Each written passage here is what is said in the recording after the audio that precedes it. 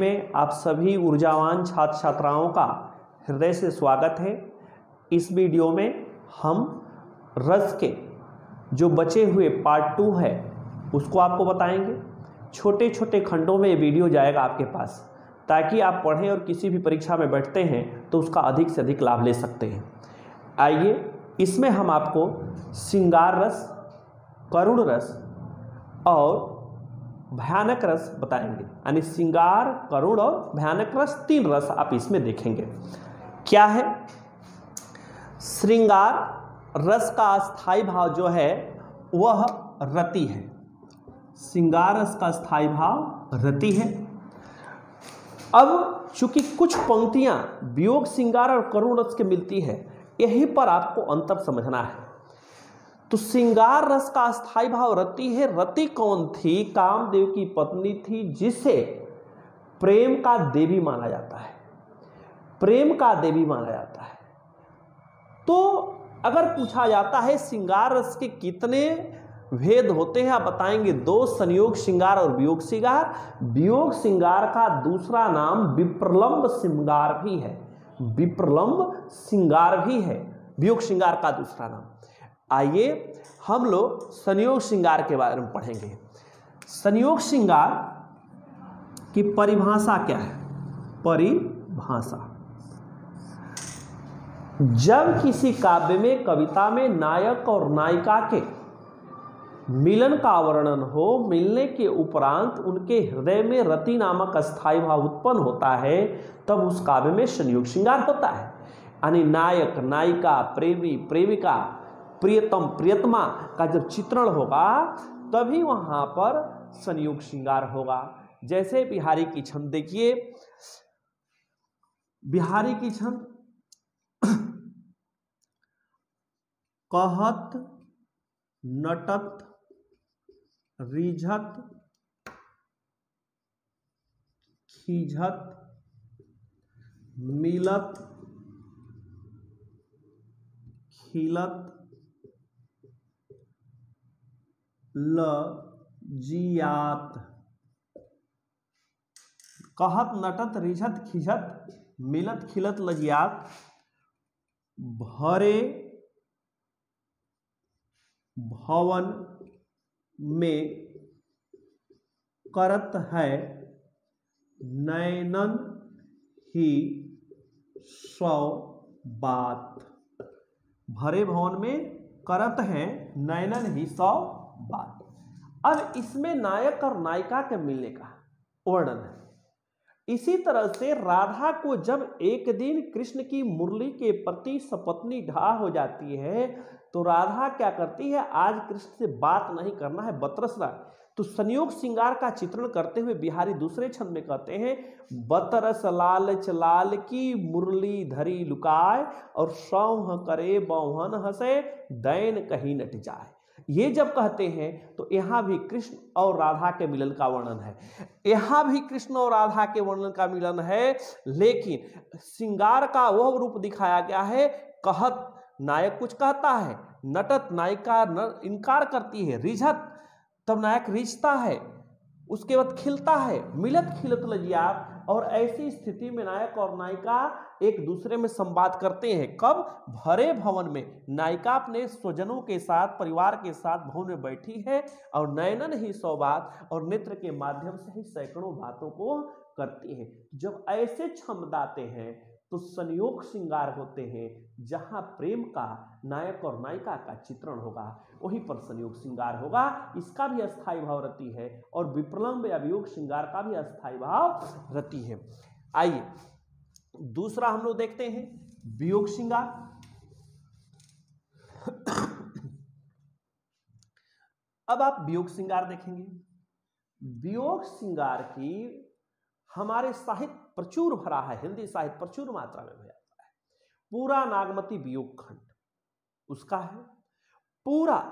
ध्यान दीजिएगा, करुण रस और वियोग श्रृंगार की पंक्ति मिलती जुलती है, लेकिन अगर थोड़े से परिभाषा याद रहे और प्रसंग याद रहे तो शायद वह पंक्ति, वह गलती हम दोहराए नहीं कि पूछा जाएगा वियोग श्रृंगार तो बताए करुण रस, पूछा जाएगा करुण रस तो बनाए वियोग श्रृंगार, ऐसा नहीं दोहराएंगे। आइए, वियोग श्रृंगार में क्या होता है?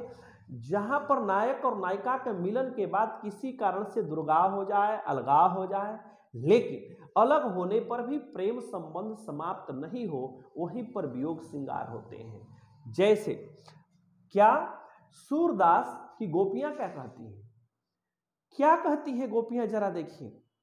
उधव मन न दयो वसवीस, एक हूं तो गयो श्याम संग कौ राधौ। क्या कहती हैं, उधव मन न भयो 10 20, एक हूं तो गयो श्याम संग कौ और राधव ईस। ये क्या है, वियोग श्रृंगार है। या नागमती वियोग खंड में राजा रत्नसेन का जब सिंगल द्वीप में जाकर रुक जाते हैं तो पूरा नागमती वियोग खंड जैसी लिखते हैं। पहला ही उसका छंद नागमती वियोग खंड का है, नागमती चितौर पथ हेरा, पी जो गए पुण्य लिन न फेरा, नागर नार काह वस परा, जो मुझसे मेरे पियू को हरा। तो ये वियोग है। वियोग और करुण में मूल अंतर क्या है कि वियोग में अलग होने पर भी प्रेम समाप्त नहीं होते, बल्कि मिलने की आस बधी रहती है, कहीं न ढाढ़सा बना रहता है। वहीं पर वियोग श्रृंगार या विप्रलंब श्रृंगार होते हैं। आइए दूसरे में चलते हैं, करुण रस। करुण रस क्या है, जरा आप देखिए।